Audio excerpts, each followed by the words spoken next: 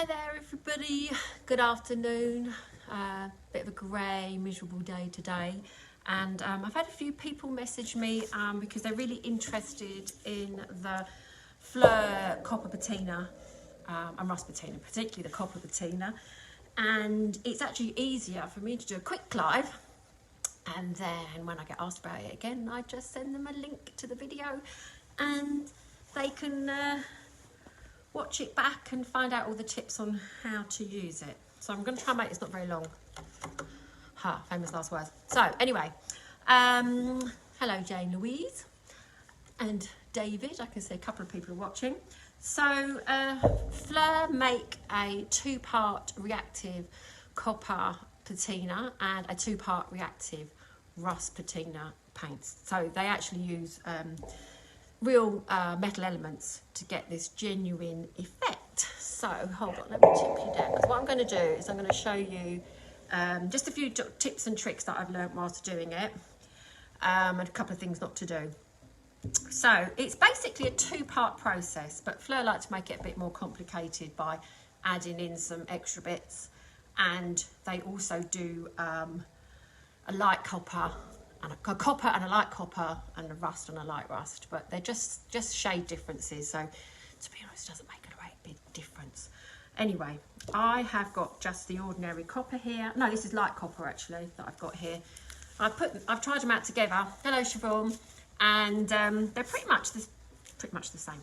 So anyway, I've done this tray just because I had it to hand, and what I've done, I've put a coat of the light copper on it, and what I did was I stippled it on.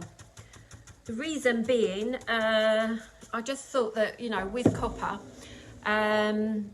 you don't really want a particularly like smooth finish because you're trying to sort of get this weathered look, aren't you? So I just thought that, you know, you use something like an old brush, a sponge.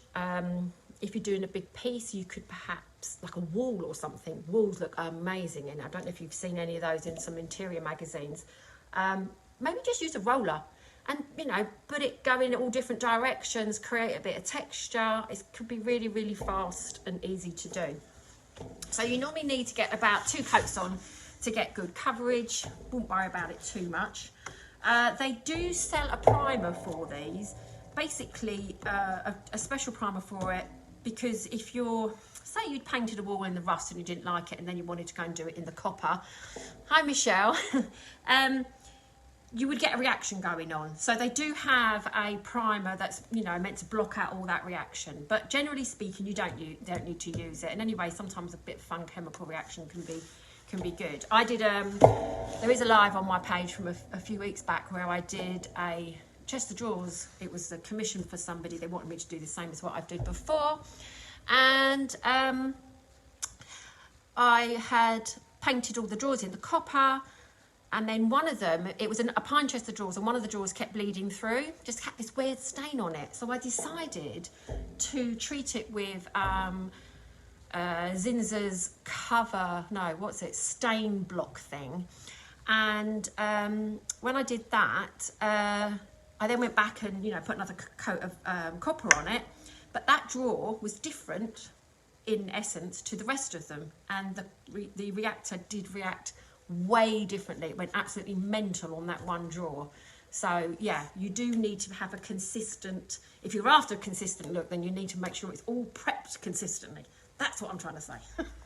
If in doubt, use their primer, but I don't ever do it.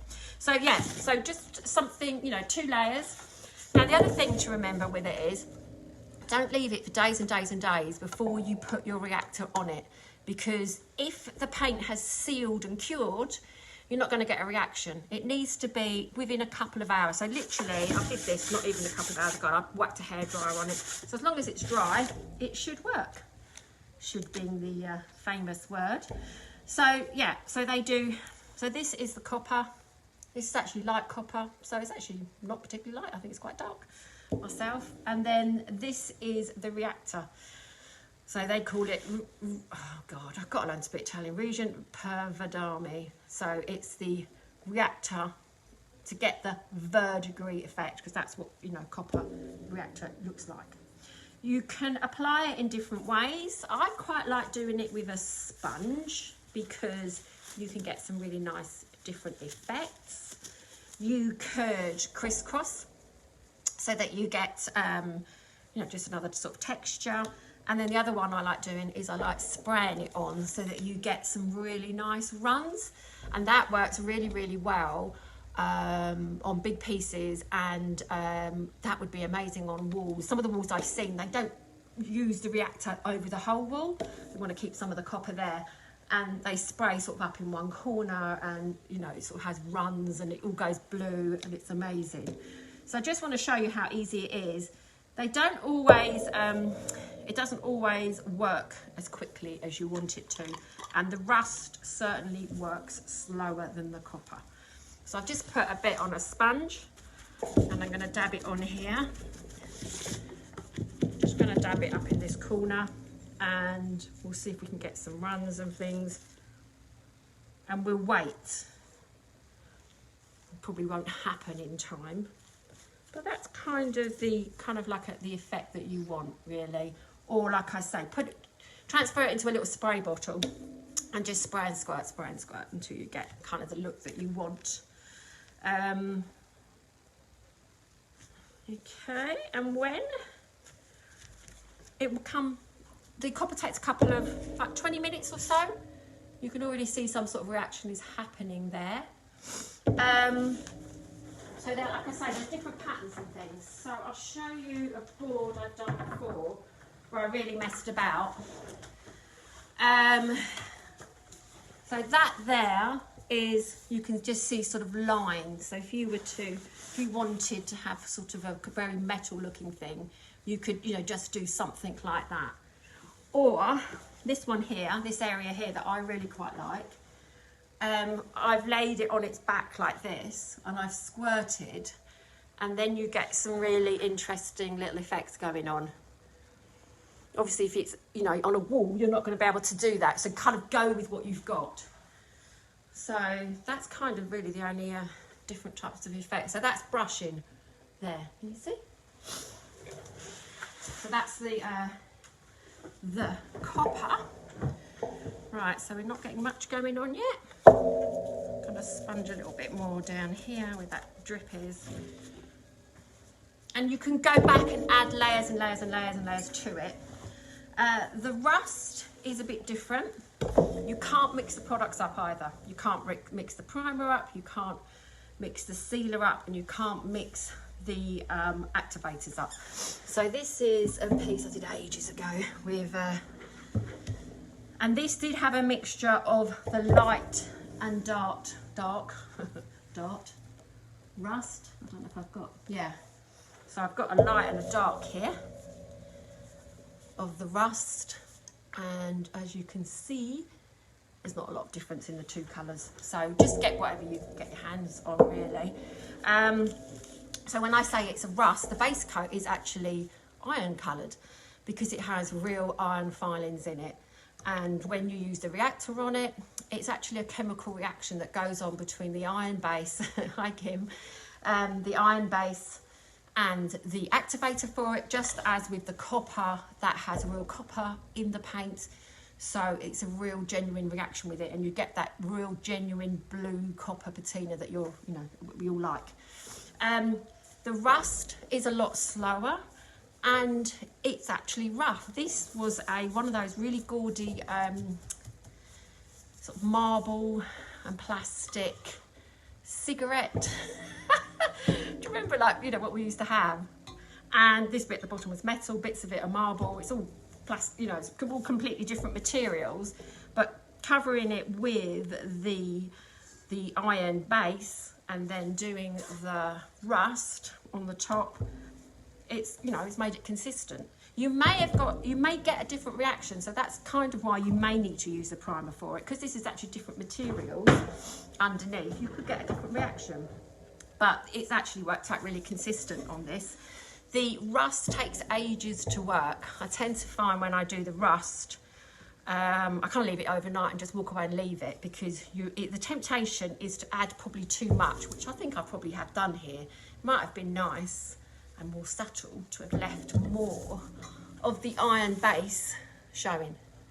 Yeah, so and because you can't see it reacting, you tend to just keep going with the spray and trying more bits. So I've got here a board that I did. So here, don't know if you can see that, that's like a crisscross action with the paint and then with the activator. You can see it a bit better in real life. And then again, I love this one. This is sprayed, but it's on a, you know, I was able to lay that down. And I don't know if you can actually see, there is actual real texture there. You can really feel the rust. Now, I can rub that off. Yeah? So they do sell a product to stop the oxidization process from continuing. Again, they have one for the copper and they have one for the rust. And it's antioxidant pour Vidami, antioxidant finish for the verdigris. So verdigris is the copper. I've tried to, in my descriptions on the website, try to put like number 1, number 2, but basically you need your base of your copper in the reactor and or your base of your iron, rust and rust activator. Or yeah, activator reactor, whatever you, however you want to describe it. So there, that's starting to happen. Can you see? So, not gone blue yet. Now, when that goes blue and it dries, you do get quite a powdery residue. It depends on what you're painting, whether you're bothered by that or you're not. So if you are, you can seal it. I've actually used their sprays. I really like their spray varnishes. So Fleur do 3 spray varnishes. They do it in matte, satin and gloss. I really, really like the satin. They also do it in just a little tiny jar. So if you want to try out some new varnishes, 130ml, not a lot of money, you know, just give it a test. The satin is the one I'd recommend. But these sprays are really good because what I like about them, using them on these things, is you're not disturbing what you've done. I'm always worried. You like the rust? Who said they like the rust? Or maybe, yeah, you like the rust, Sharon. Yeah, it's different, isn't it? I mean, you could literally get, yeah, I can show you. So these are moulds, you know, the Prima moulds. So that's using hot melt glue. And I've had, this has been done with the iron. I didn't prime it, didn't do anything. And then it's had the rust activator put on it. And look, it is plastic. It has stuck to plastic and gives a real genuine result, because it is, like I say, with the metals. So so that hasn't been sealed. So I like to, like I say, I like to seal them with the spray varnish so that you're not disturbing them.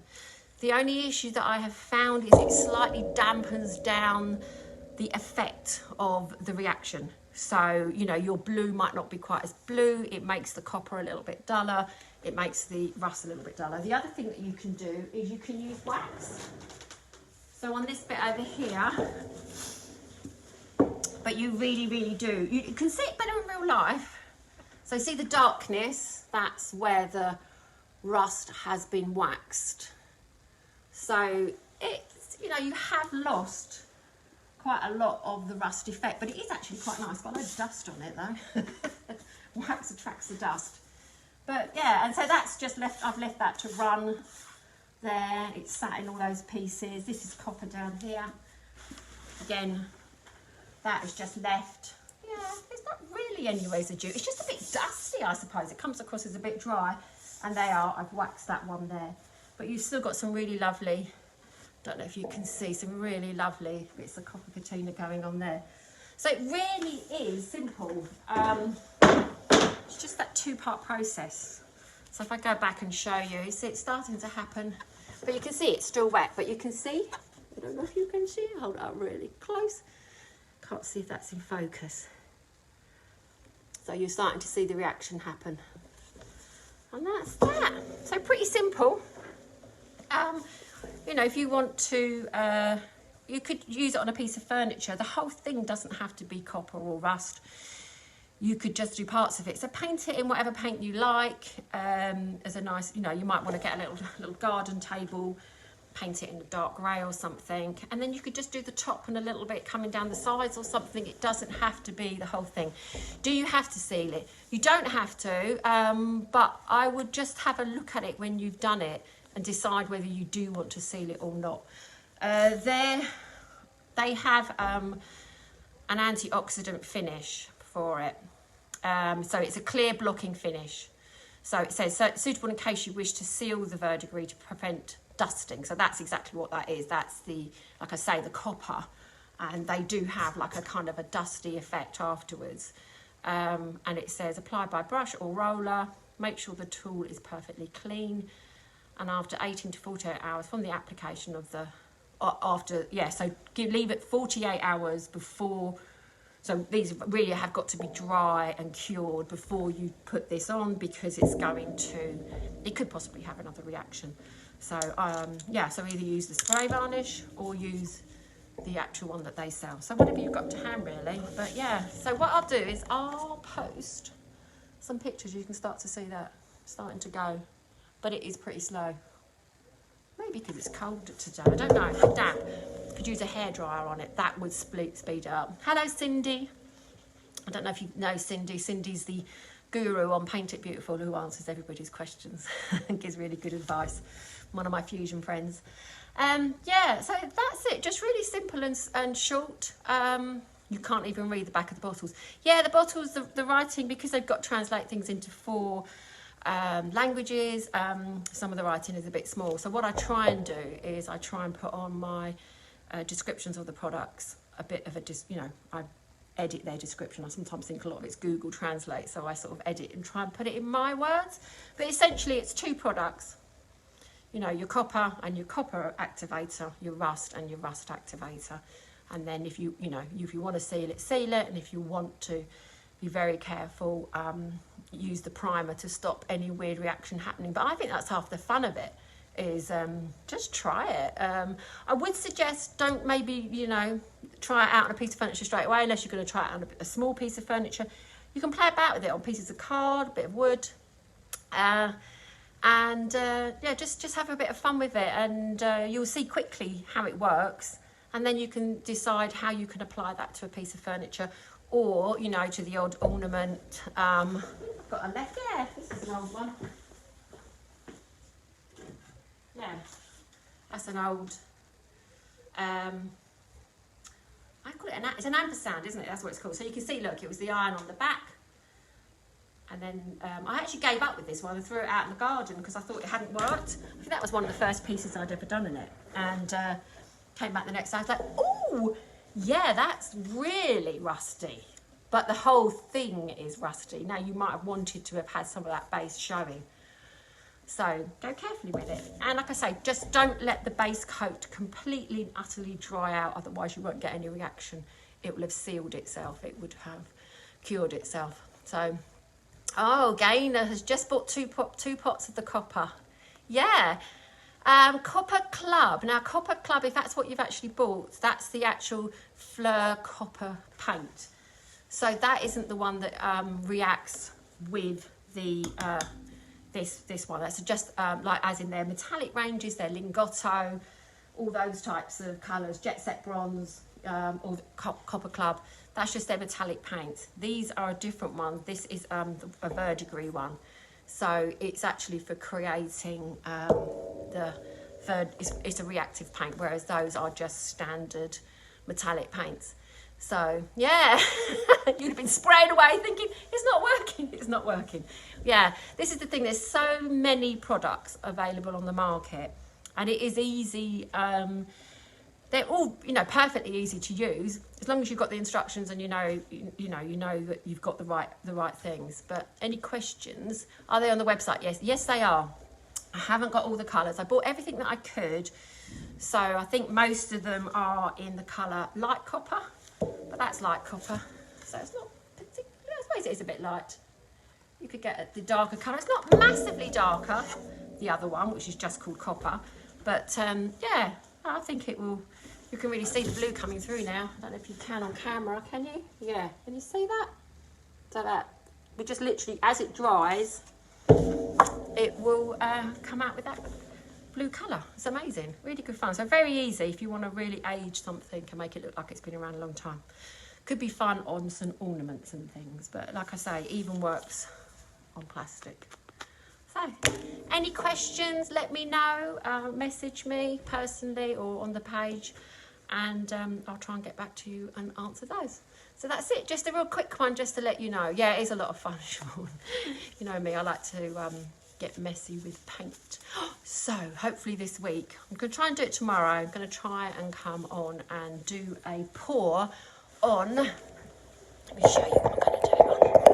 So I'm going to do a pour with the Fleur pours. I've got one of these and I've painted it in Istanbul interior, and I'm going to do a pour on the top and in the panels of the door. So I've got that all prepped and ready, and hopefully do that tomorrow, all being well. Anyway, hope you enjoyed that, and any questions, let me know. Take care, bye.